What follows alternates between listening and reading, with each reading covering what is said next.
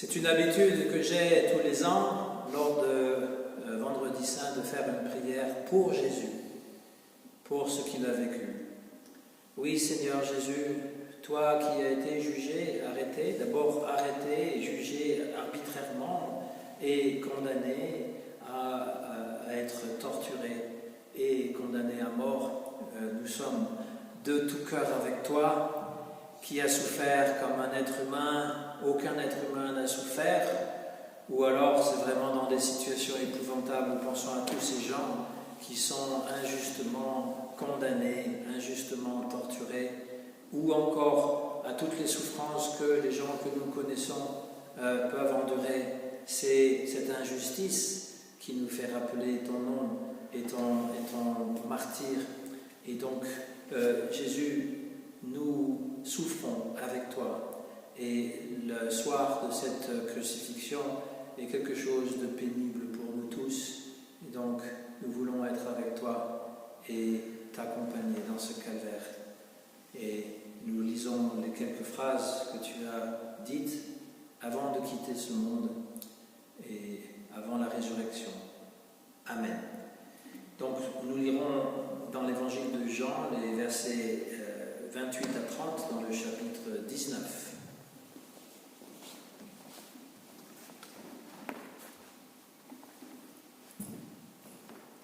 Après cela, pour que l'écriture soit accomplie, Jésus, sachant que déjà tout était achevé, dit « J'ai soif ». Il avait là une récipient pleine de vinaigre. En fixant une tige l'hysope, une éponge imbibée de vinaigre, et on l'approcha de sa bouche.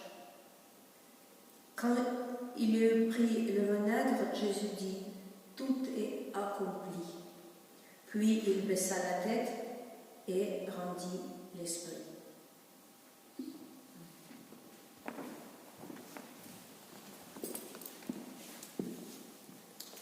Nous allons chanter comme un souffle fragile.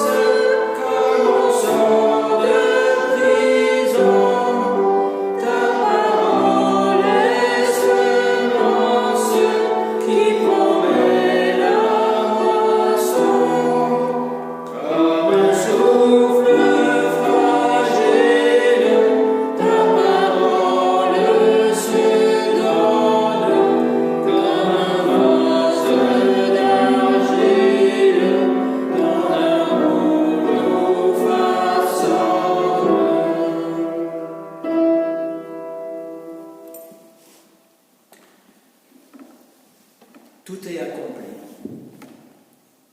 En prononçant ces mots, Jésus a-t-il voulu dire que ses ennemis ont remporté la victoire en se débarrassant de lui? Laissait-il entendre que l'espérance de ses disciples était anéantie sur la croix? Ou faut-il comprendre cette phrase comme le dernier cri d'un être profondément tourmenté? Sur la croix, la douleur devait être intolérable et il n'y avait absolument rien pour la soulager. Et à la souffrance physique se rajoute la raillerie des passants et des soldats, la haine de ceux qui l'avaient conduit à la crucifixion. Pourtant, connaissant les gestes et les paroles qui ont agrémenté la mission de Jésus sur les routes poussiéreuses de Galilée, il me semble que ces quelques mots « tout est accompli » ont un autre sens.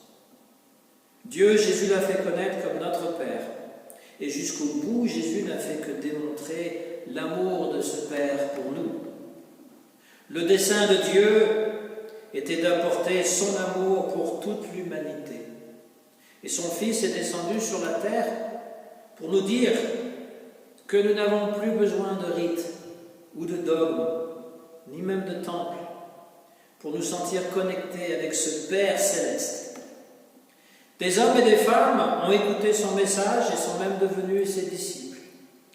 D'autres sont restés totalement indifférents. D'autres encore ont été outragés et ont comploté contre lui pour le mettre à mort. Voici le Christ dans toute sa splendeur. Même sur la croix, il continue à bénir et à pardonner. Pardonne-leur, Père, ils ne savent pas ce qu'ils font. Combien de sagesse, de sérénité et d'amour faut-il avoir pour prononcer de telles paroles? Et maintenant, ce dernier souffle, tout est accompli. Alors la question qui demeure, pourquoi Jésus a-t-il été mis à mort? Jésus n'a pas souhaité ni recherché cette mort. Quel être humain saint d'esprit le ferait? Comme nous tous, il a vécu l'angoisse face à la mort. Il a imploré Dieu au jardin des Oliviers. Il a même transpiré du sang, nous dit l'évangile de Luc. Et sur la croix, dans l'agonie, il a crié « Mon Dieu, pourquoi m'as-tu abandonné ?» Cri d'angoisse par excellence, arraché de tant de poitrine quand l'épreuve est trop dure. Jésus n'est pas masochiste, il n'a pas désiré souffrir et mourir, et il ne nous demande pas plus à nous de souffrir et de mourir. Il est avec nous, son nom est Emmanuel, Dieu avec nous. Jésus est Dieu devenu homme, et en tant que tel, il connaît toutes les souffrances que nous traversons, à savoir les maladies, la vieillesse et la mort. Jésus souffre.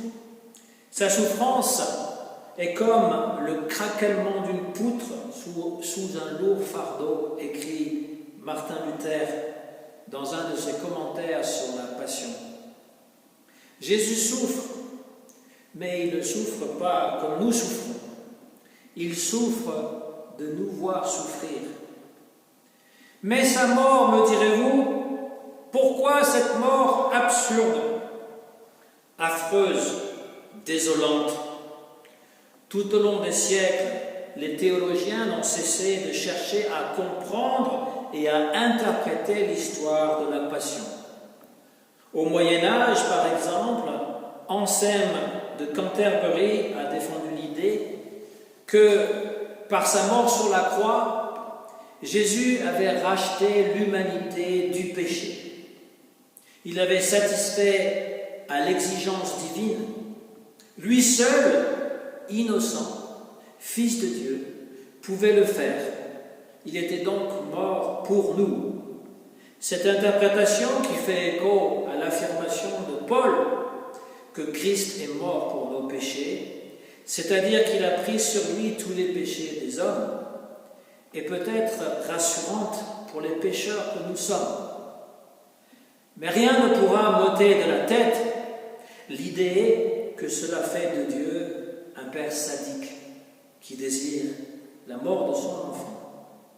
Qu'est-ce qui différencie ce Dieu-là de tous les autres dieux assoiffés de sang que les hommes ont vénérés pendant des siècles et ont tenté d'amadouer en leur offrant des sacrifices humains? Pour moi, cette interprétation ne tient pas. Si Jésus est mort pour nos péchés, alors pourquoi avons-nous toujours peur de la mort? Et pourquoi nous sentons-nous si souvent coupables devant Dieu et devant les autres? Sommes-nous seulement aussi libre que nous le prétendons. Jésus est mort pour nos péchés, mais cela ne nous empêche pas de continuer à pécher.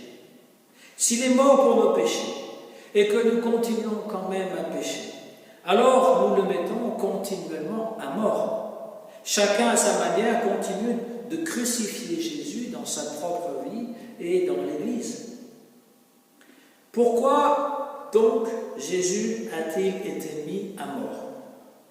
Depuis la date de ma confirmation, quand j'avais 16 ans, et que c'était pas très loin d'ici, c'était dans le 92, dans le 94, c'était dans le 92, l'unique réponse que je n'ai cessé de donner à cette embarrassante question est: il est mort à cause de la bêtise humaine. Jésus a été rejeté, arrêté, battu, emprisonné, mis à mort. Et nous n'avons rien dit. Et nous n'avons rien fait. Même aujourd'hui, nous ne disons rien. Jamais je n'ai entendu, lors d'un culte ou d'une messe, une prière pour Jésus, c'est-à-dire des mots tendres pour témoigner à Jésus notre soutien, notre affection. Jamais je n'ai vu parmi mes frères et mes sœurs en Dieu le moindre geste de compassion pour celui que nous disons suivre, parce que chrétien, ça veut dire suivre le Christ. Par contre, j'ai entendu à satiété des curés, des pasteurs, des paroissiens, des théologiens dire à qui mieux que Jésus devait mourir, qu'il fallait qu'il meure, que c'était ça le plan de Dieu pour le salut de l'humanité. Tout est accompli. Quand Jésus prononce ces mots, cela ne signifie pas pour moi que Dieu a désiré offrir son Fils unique en sacrifice sanglant pour le salut du monde, mais plutôt que l'amour de Dieu a triomphé, car il est plus fort que la bêtise humaine, il est plus fort que la mort. Vous avez beau me mépriser, me rejeter, me mettre à mort, dit Dieu aux hommes, jamais je ne cesserai de vous aimer. Voilà le message. Voilà le message. Tout est accompli, aimer jusqu'à la mort. Un être humain est-il capable de dire cela, je vous aime malgré tout? Si Jésus n'a pas fui la mort, c'est parce qu'il savait que l'on ne peut pas changer la mentalité humaine. Alors, au lieu d'avoir peur de faire des compromis avec la vérité, il a osé nous aimer jusqu'au bout. Il a pris le chemin de Jérusalem, il n'a cessé d'annoncer le royaume de Dieu et la miséricorde de Dieu envers les hommes. Il l'a annoncé et mis en œuvre dans son être et sa manière d'agir. Il a montré comment on doit vivre et mourir en toute confiance. Tout est accompli. Cela veut dire tout va bien. Tout s'est passé comme prévu. Il a accepté la réalité du monde et il n'a pas cherché à la changer. Jésus savait qu'il fallait qu'il passe par là pour conquérir le cœur des êtres humains. Non pas qu'il obéissait docilement au plan de Dieu de le faire mourir, mais il était fidèle à la mission d'annoncer le salut de tous grâce à l'amour divin. Ce n'est pas le monde qu'il a tenté de changer, mais le cœur des hommes. Quand notre cœur accepte la réalité, celle du monde et celle de Dieu, alors il est délivré de la maladie et de la mort. Alors, et la foi? Qu'est-ce que vient faire la foi dans tout cela? Croire en Dieu, c'est croire que les mots du présent ne représentent pas le tout de la réalité. C'est donc ce qu'aucun animal ne ferait. C'est poser l'exigence d'un au-delà, un au-delà du réel. Une telle espérance est souvent raillée par les mécréants.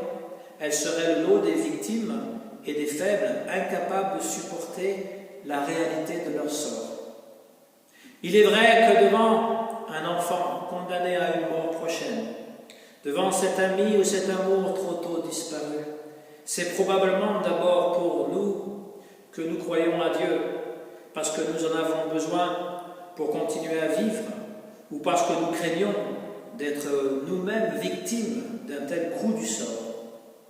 Mais c'est aussi pour les autres que nous croyons, que nous espérons une justice divine ou une vie éternelle.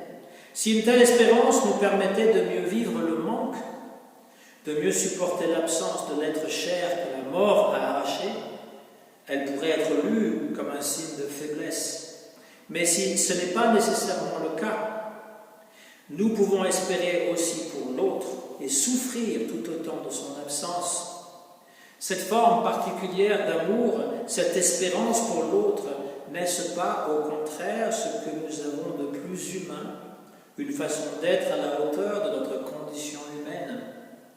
Ainsi la foi nous grandit, elle fait de nous des êtres humains accomplis. Tout est accompli, disait Jésus. Oui, nous devenons des êtres réellement accomplis quand nous réalisons que Christ vit en nous et que nous ne sommes jamais seuls dans les épreuves, ni soumis d'une manière aléatoire aux vicissitudes de l'existence. Le jour de Pâques, le Christ va ressusciter et notre joie va également éclater, car nous aussi, nous allons ressusciter, nous allons nous remettre à vivre. Voilà quelle est notre foi, voilà quelle est notre espérance. Amen.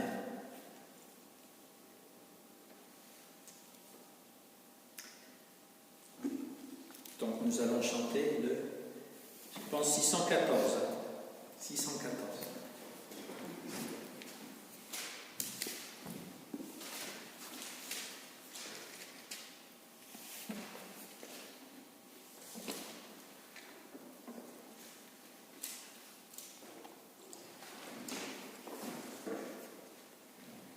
Tu es là au cœur de nos vies.